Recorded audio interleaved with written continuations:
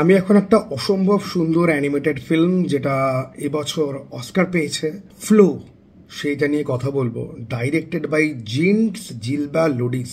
আমি জানি না আমার প্রোনাউন্সিয়েশন কতটা ঠিকঠাক ছিল, যা আমি পড়ছি তাই আমি বলছি। তো ফ্লো সিনেমাটা আমি দেখলাম। সিনেমাটা অ্যানিমেশন, ওকে, আমি আগে সিনেমাটার গল্পটা তোমাদেরকে একটুখানি বলতে চাই। এই সিনেমাটার গল্পে আমরা দেখতে পাচ্ছি যে একটা বিড়ালকে গল্পটা ফলো করছে।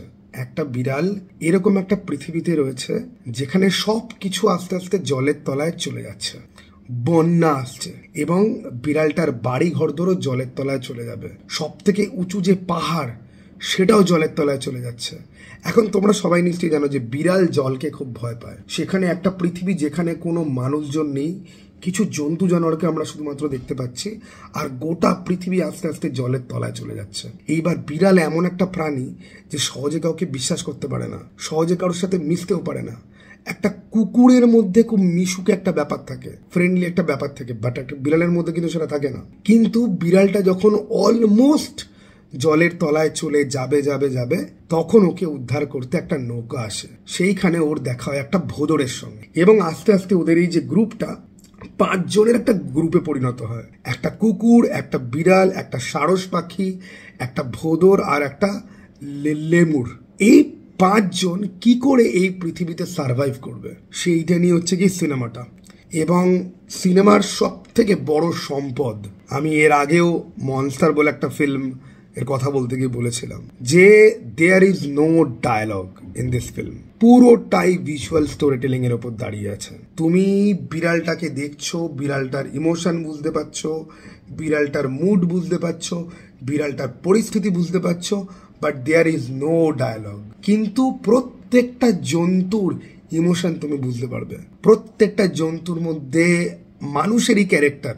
বিড়ালটা কাইন্ড অফ সিম্বলাইজ করে এরকম একটা মানুষকে যে ভীতু, যে লোকের সাথে মিশতে ভয় পায়, কিন্তু বিপদে পড়লে পর সে আবার সবার সাথে হাতে হাত মিলিয়ে কাজ করতে পারে, বাট নিজের ডিস্টেন্সও সে রাখছে। সারস পাখিটা অত্যন্ত বীর একটা যোদ্ধার মতো, যার মধ্যে ভয় ডর কম, যে স্যাক্রিফাইস করতে পারে। ভোঁদরটার ব্যাপারে আমি কিছু বলবো না। লেমুরটার ব্যাপারেও তোমরা খুব রিলেট করতে পারবে যে কি টাইপের মানুষের মতো সাইন এর মধ্যে রয়েছে। কুকুরটাকেও তোমরা বুঝতে পারবে।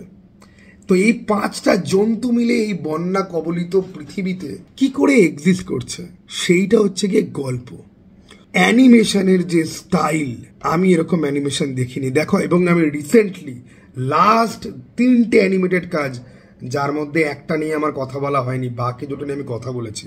বাসা বলে একটা শর্ট ফিল্ম, এবং বাসার আগে যেটা আমি দেখেছিলাম ওয়াইল্ড রোবট।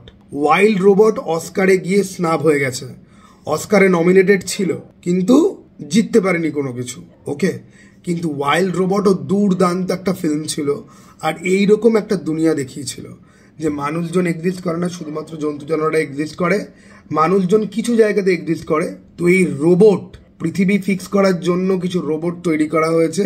সেই রোবট কি করে শিখছে, সেই রোবট কি করে জন্তু জানোয়ারদের সঙ্গে মিলেমিশে যাচ্ছে, সেটা নিয়ে কিন্তু গল্প ছিল। কিন্তু ওয়াইল্ড রোবটের যে অ্যানিমেশন সেটা দুর্দান্ত ছিল, দুর্দান্ত। আমি রিয়েলি ভাবিনি যে সেটাকে বিট করে দেবে কেউ এত তাড়াতাড়ি। ফ্লো কিন্তু রিয়েলি বিট করে দিল। এবং ফ্লো এর পুরোপুরি টেকনিক্যাল প্রসিডিউর নিয়ে আমি পড়াশোনা করছিলাম। ফ্লো ব্লেন্ডার বলে একটা ফ্রি সফটওয়্যারে তৈরি হয়েছে। ব্লেন্ডার অনেকেই চেনো, জানো, ব্লেন্ডারের নাম অনেকেই শুনেছো, কারোর ইউটিউবে হয়তো ব্লেন্ডারের টিউটোরিয়াল এসছে পর্যন্ত। ফ্লো খুবই কম বাজেটে তৈরি করা, ব্লেন্ডারে তৈরি করা একটা ফিল্ম, যেটা ইন্ডিপেন্ডেন্ট। 2-3টে ছোট ছোট প্রোডাকশন কোম্পানি একসঙ্গে এসে বানিয়েছে। এবং ফ্লো এর বাজেট যেহেতু কম, টাকাও তুলে নিয়েছে। এবং ফ্লো অস্কার বাদ দিয়েও প্রচুর পুরস্কার পেয়েছে। কিন্তু ফ্লো নিয়ে সেভাবে কথাবার্তা হচ্ছে না। ফ্লো কাইন্ড অফ আন্ডাররেটেড থেকে গেছে।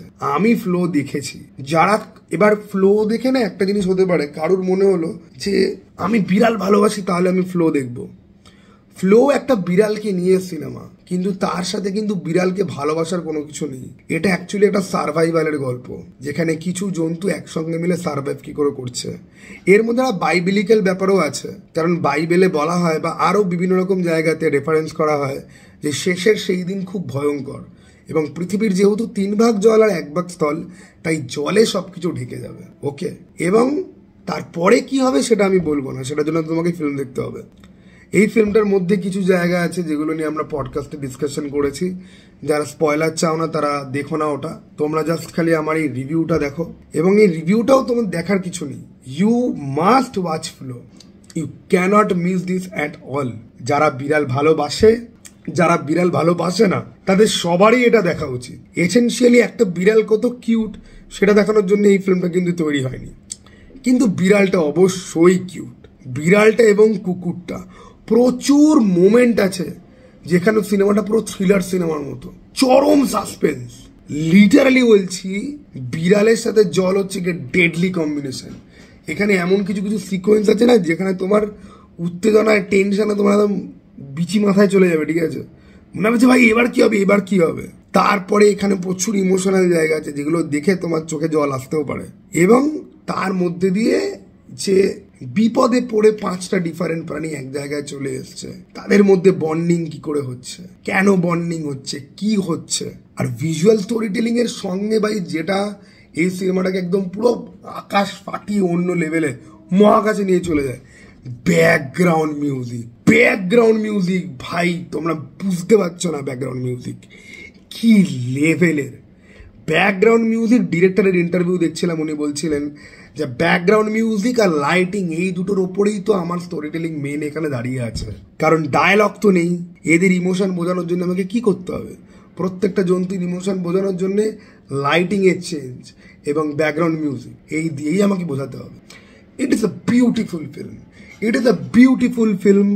তুমি সিনেফাইল হও, তুমি নর্মাল অডিয়েন্স হও, ইউ শুড ওয়াচ ফ্লো। ভাই চুম্বকে 1000 সিপি অ্যাভেলেবেল আছে, দেখে নাও। আর আমাদের এখানে সাউথ সিটিতে চলছে। মায়েরই বলছি, আমার টাকা পয়সার চাপও আছে, আমার সময়ও নেই, ঠিক আছে, সেই কারণে আমি দেখতে যেতে পারছি না। বাট না হলে এই সিনেমা ভাই বড় থিয়েটারে বসেই দেখা উচিত। একটাই না দুটো বোধহয় শো বোধহয় ফ্লোয়ের চলছে। আমি রিকোয়েস্ট করবো তোমরা গিয়ে কিন্তু দেখতে পারো। চলো টাটা ভাই, আবার যেন দেখা পাই।